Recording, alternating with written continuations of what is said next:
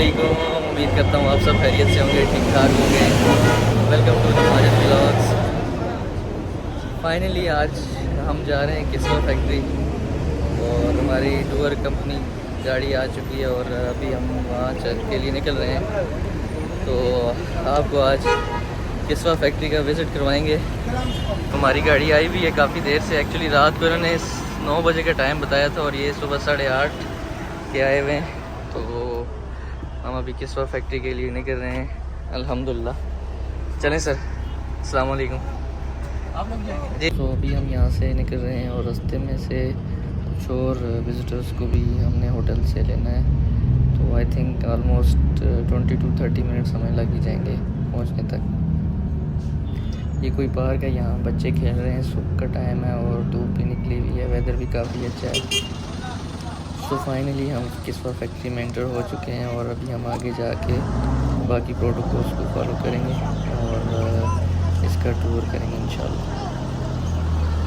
Finally हम किस्वा factory में आ गए हैं और हमें यहाँ आके पता चला है कि किस्वा फैक्ट्री जो फैक्ट्री एरिया है वो कुछ रीज़न्स की वजह से बंद कर दिया है। वहाँ तो हम नहीं विज़िट कर सकेंगे, लेकिन ये इनका एक एग्ज़िबिशन एरिया है जहाँ पे कुछ उन्होंने पुराने गुलाफ़े काबा के नमूने रखे हुए हैं, वो हम देख सकते हैं। और ये हमें साथ जो हमारी टूर कंपनी है वो बताएंगे कि गुलाफ़े काबा कैसे तैयार किया जाता है और जो पुराने गुलाफ़े काबा के पीसेस हैं उनके बारे में बताएंगे कि उनको कैसे तैयार किया जाता था और किन किन ममालिक से वो बन के आता था पहले, क्योंकि मक्का में तो नहीं तैयार होता था, वो पहले मिस्र में तैयार किया जाता था। और अभी भी उसके पुराने कुछ नमूने यहाँ पे रखे गए हैं फ्रेम्स में। और माशाल्लाह ये हमारी खुशनसीबी है कि आज हम यहाँ पे आए हैं और जो लोग यहाँ पे स्पेशली काम करते हैं उनके लिए सबसे बड़ी खुशनसीबी है। तो आपको दिखाएंगे। आई होप कि आपको अच्छा लगेगा और अपनी जो राय है वो कमेंट्स में दें, आपको कैसा लगा। और साथ साथ हम आपको ये भी बताएंगे कि हमने यहाँ कैसे विज़िट किया, कैसे यहाँ पे आप विज़िट कर सकते हैं। तो चलिए अंदर चलते हैं और आपको दिखाते हैं। सो अभी हम अंदर जा रहे हैं और जितने भी गेस्ट आते हैं उनको यहाँ बिठाया जाता है और सऊदी स्टाफ जो यहाँ पे है वो बताते हैं कि कितने पुराने ये पीसेस हैं गुलाफ़े काबा के और इनकी हिस्ट्री क्या है। तो अभी कुछ देर में ही स्टार्ट करेंगे क्योंकि हमसे पहले एक और ग्रुप था जिसको उन्होंने डेमोन्स्ट्रेट किया है।